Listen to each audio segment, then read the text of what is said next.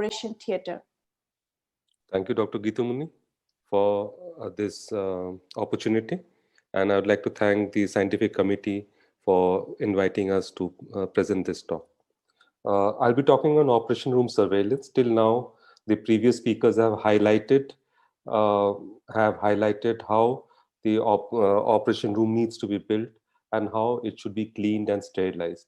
But how the operation, whether the operation room sterilization and disinfection is going according to the need, how is it known? So then that is too done by OR surveillance, where collection, analysis, and interpretation of all this data that you collect from monitoring and implementing the different measures in sterilization are collated, and some action is taken on that, and that is known as OR surveillance.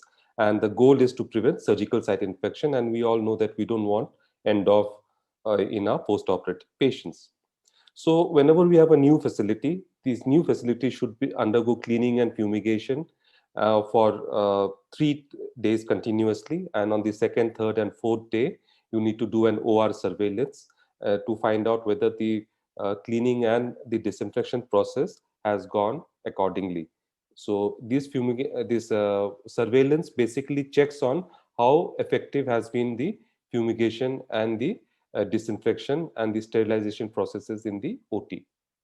For an existing facility, it again makes it depends on the cost benefit ratio. You can do a OR surveillance every week, but usually once a month is sufficient enough. So again, at the end of you do the cleaning and fumigation and disinfection for all the 4 weeks, and then have a fixed day where you do the uh, OR surveillance. You can also rotate the days so that your OT staff are kept on their toes. So they do not know when the surveillance can be done. So makes them more, uh, that may make it more effective.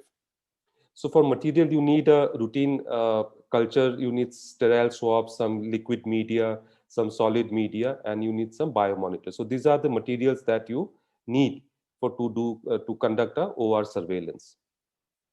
The sample collection should be done during the first hour. We need to label all the samples that we take, and it can be done by either a microbiology technician, or you can even train your operating room nurses to take this sample.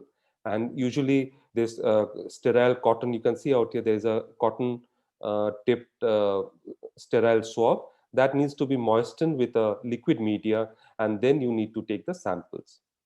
So how is sample, where all should you take the samples? It can be collected from the OT walls, preferably behind where the surgeon sits, from the AC ducts, both the inlet and the outlet, from the operating table. It is a good practice to take it from the head end because we operate at that end, and also to take it from the microscope handles of the operation room microscope, and from the surface of the operation room trolley, and this is taken by a cotton swab that is dipped in a liquid media.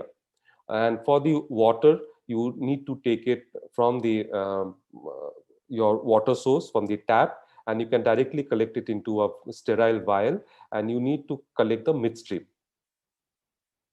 Air sampling can be done with two different methods. I'll emphasis on this more simpler and more economical method, because that is what is available with all of us. So you can take a blood agar, the red media, the red plate is blood agar, and the this clear, transparent, opaque, clear, transparent media is a sebrodextrose agar. So you take this, put them on the OT table at a distance of near about 1 meter from the floor, and then you leave the room for 30 minutes. And this should be done without the AC on, and it should be done before anybody enters the OT. So a good practice is to do your surveillance on a Sunday when and the previous day you have in the evening you have done all your sterilization and disinfection, and you can do that. The other is a air sampler.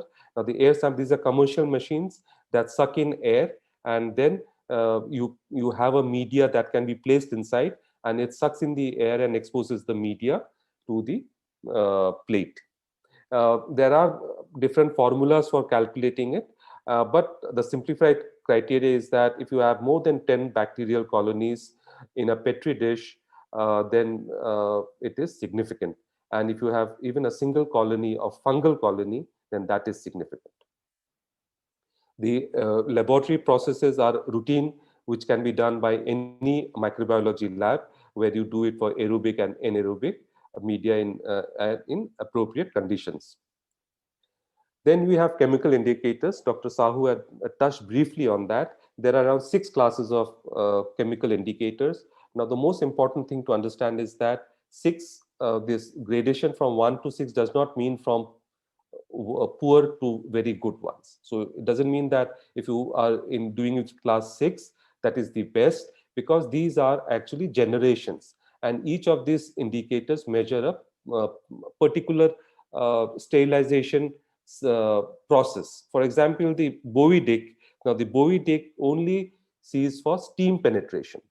So it will see whether if you, so these are the plates, this is a sterile, this is an unexposed Bowie-Dick sheet, and this is placed inside a bunch of other similar sheets, and then it is exposed. So it actually sees for steam penetration.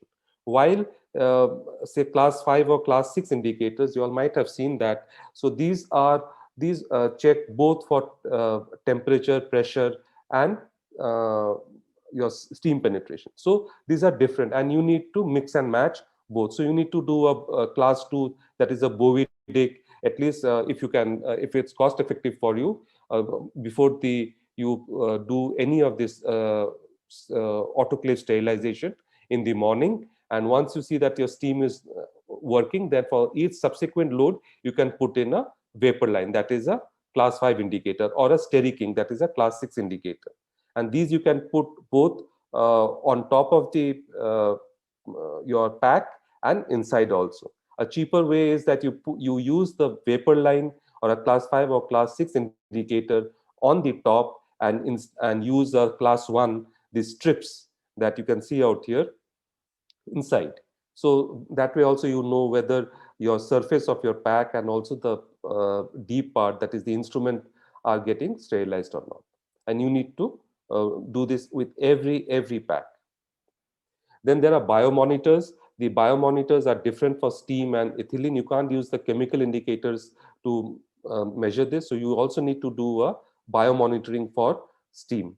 And that you use a specific, you have different types of bacilli spores. For steam process, you have Bacillus stereothermophilus, while you use the Bacillus subtilis for the ethylene oxide. And you place these biomonitors deep inside the pack, where you, like, it should not be placed on top or on the bottom, but deep inside in the center part, so that this is where actually is where you get the penetration is important in this. So you need to place it deep inside, just to see whether your steam and temperature is reaching the center of the load. And then these spores are actually placed in a small glass vial. So once you expose it, then you need to crush it. Now the spores are released into this solution, that's a media, and if your sterilization has been good, all the spores would have been killed. So by crushing the vial, there is no change in color after incubation.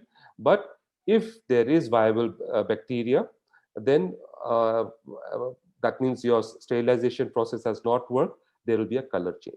So that is how you see whether the biomonitors are there. So if there's a color change after incubation, then that is not great. Then whatever you do, you need to maintain registers and maintain the documentation of your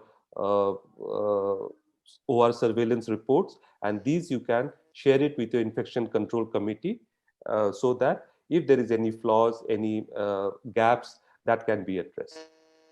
So the take home message is periodic OR surveillance is necessary to keep a check on sterilization. So however good OT you have made, modular, however good equipments you have, however good processes you are using, you need to check on the processes to prevent operating room and surgical site